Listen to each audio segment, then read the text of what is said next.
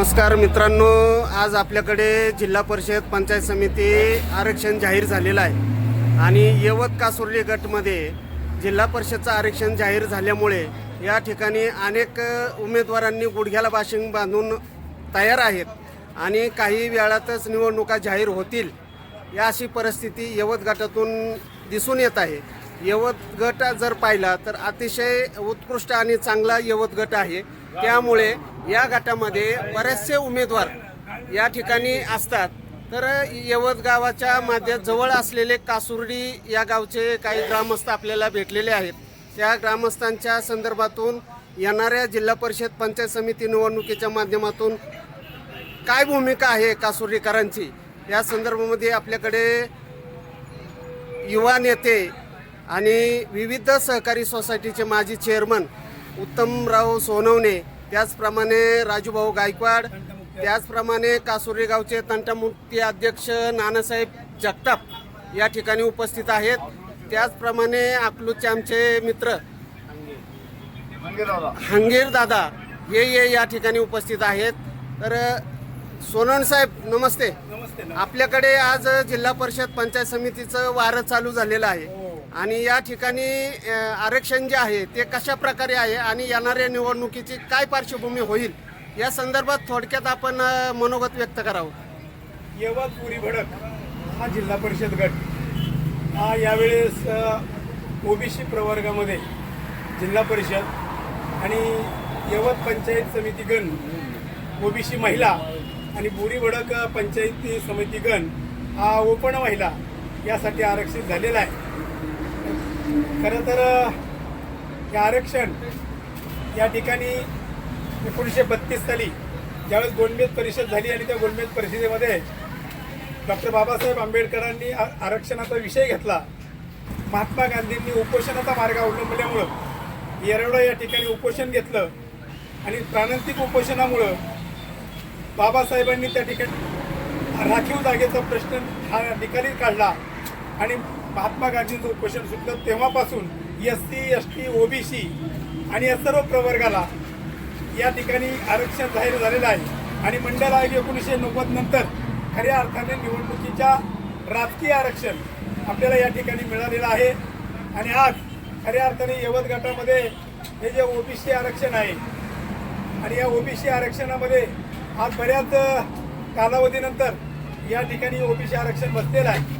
परंतु आता या ठिकाणी कुणबीचे दाखले हे बऱ्याच सर्रास ओपन कॅटेगरीतील माणसांच्याकडे आहेत आणि ही शक्यता नाकारता येत नाही की या OBCच्या जागेवर कुणबीचे निश्चितप्रमाणे या ठिकाणी उमेदवार राहू शकतील। परंतु विषय सर्व जर मतदारांचा आणि लोकांचा कल घेतला तर त्यांना असं वाटतंय किंवा ज्या कॅटेगरी आहेत त्या कॅटेगरीमधूनच त्यांनी उभं राहावं। परंतु आता पुढे काय होईल हे काही सांगता येत नाही, शक्यताही नाकारता येत नाही। आणि अशा पद्धतीने जरी कुठल्या OBC जरी निवडणूक झाली किंवा कुणबीच्या दाखल्या जरी निवडणूक झाली ही निवडणूक अतिशय चुरशीची होणार आहे। कारण या ठिकाणी 2 पारंपरिक गट आहे, कुल गट आणि थोरात गट आणि हे दोन्ही गट प्राबल्य आणि प्रबळ गट आहेत आणि म्हणून हे कुणालाही नाकारता येणार नाही। आणि जिल्हा परिषद असेल, पंचायत समितीचे गण असेल, या ठिकाणी ही निवडणूक एक अतिशय ऐतिहासिक अशी निवडणूक होणार आहे। एवढंच या ठिकाणी मी आपल्याला सांगू इच्छितोय। आरक्षणाच्या मुद्द्यावर जर बोलायचं झालं तर डॉक्टर बाबासाहेब आंबेडकरांनी घटनेच्या तरतुदीमध्ये आपल्याला SC ST OBC या सर्व प्रवर्गाला आरक्षणाच्या माध्यमातून प्रत्येक समाजाला नेतृत्व करण्याची संधी या आरक्षणाच्या माध्यमातून मिळत असते आणि घटनेने दिलेला अधिकार हा OBC समाजाला आज आपल्या गटामध्ये मिळतोय। तर त्या समाजाला प्रतिनिधित्व करण्याची संधी आज आरक्षणाच्या माध्यमातून उपलब्ध झालेली आहे। 58 का 57 मोर्चे निघाले। आता मराठा समाज सुद्धा आरक्षण मागतोय आणि मराठा समाजाची मागणी आहे की OBC मध्ये आम्हाला आरक्षण मिळावं। तर ह्या पार्श्वभूमीवरती आपल्या भागामध्ये नेमकी काय परिस्थिती निर्माण होईल असं काय वाटतंय तुम्हाला? आपल्या भागामध्ये आरक्षणासंदर्भात जर विचार केला तर OBCचे आरक्षण जे आहे ते खरं तर आता दोन्ही प्राबल्य हे आहेत, त्यामुळे जास्त जे आरक्षण आहे ओबीसी वाल्याचं ओबीसी वाल्याने करावं ही मनोमन सर्वांची इच्छा आहे. आणि राहिला प्रश्न तुम्ही विचारला तर मराठ्यांच्या आरक्षणासंदर्भातलं काय, तर आज आपल्या पश्चिम भागातला मराठा तर सदनच आहे. त्यामुळं आरक्षण हे जे मिळेल ते काही गरिबापर्यंत आरक्षण जाणार नाही. हे आरक्षण धनदांड्यालाच मिळणार आहे. आणि म्हणून तरी जे 10% जे आरक्षण आहे त्याच्यातून तर त्यांना मिळालेलं आहे.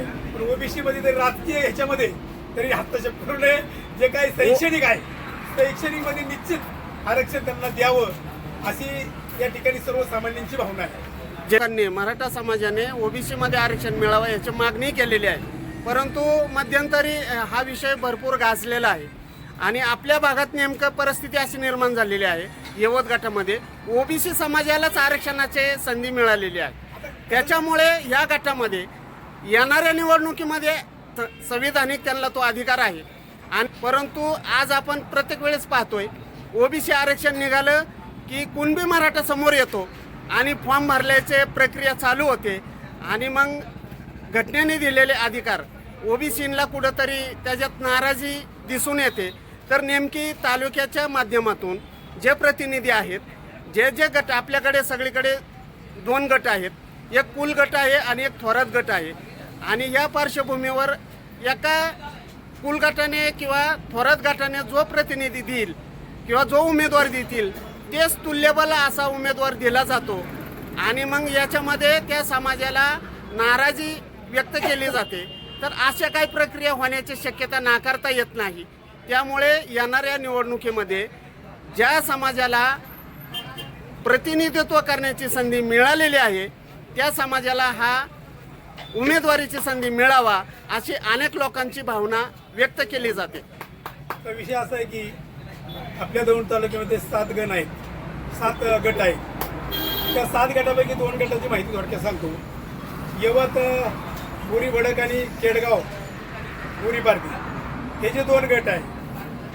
केडगाव बोरी पारधीमध्ये विशेष अशी परिस्थिती झाली आहे की तिथं ओबीसीची संख्या भरपूर आहे त्या ठिकाणी. तर त्या ठिकाणी ओपनचं जिल्हा परिषद सीट आलेलं आहे. यवत बोरी भडकमध्ये ओपनची मतदारसंख्या जास्त आहे, त्या ठिकाणी ओबीसी पडले.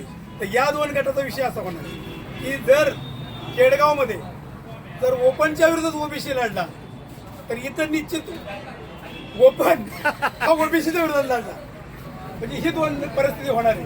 त्यामुळं जाणवतंय तर जर दोन्ही गटाने जर एक विचार केला की बाबा तिथंही आम्ही ओपन देणार नाही, तुम्ही इथं ओबीसीचा कुणबी देऊ नका, तर कदाचित असं होऊ शकतं, ताळमेळ बसू शकतो. हे एक कुठेतरी तालुक्यातल्या नेत्यांनी त्यात लक्ष घातलं पाहिजे. सध्याला जिल्हा परिषद पंचायत समिती हे बरेच दिवस थांबलेलं होते ही निवडणूक प्रक्रिया 2. आणि येणारा आता नेमकं हे जिल्हा परिषद पंचायत समितीचं जे निवडणूक आहे त्याच्यामध्ये अनेक लोकांनी असं वाटतंय की आपल्याला संधी मिळाली पाहिजे. पण आरक्षणाचे जाहीर झाल्यामुळं अनेक लोकांचे नाराजी व्यक्त केलेली आहे. येणाऱ्या निवडणुकीमध्ये आता हे खऱ्या अर्थाने पाहायला मिळेल की ओबीसी समाज याच्यामधले जे उमेदवार आहेत, पण ज्याला म्हणतो कुणबी मराठा, कुणबी समाजाने ज्या दाखले काढलेले आहेत ते किती पुढे येतात हे खऱ्या अर्थाने आपल्याला पाहायला मिळणार आहे. त्यामुळे येणाऱ्या जिल्हा परिषद पंचायत समिती निवडणुकीच्या पार्श्वभूमीवरती आज आपण निश्चितपणे यवत गटामध्ये ही चुरस होणार आहे आणि येणाऱ्या निवडणुकीमध्ये आपल्याला ते पाहायला मिळणार आहे.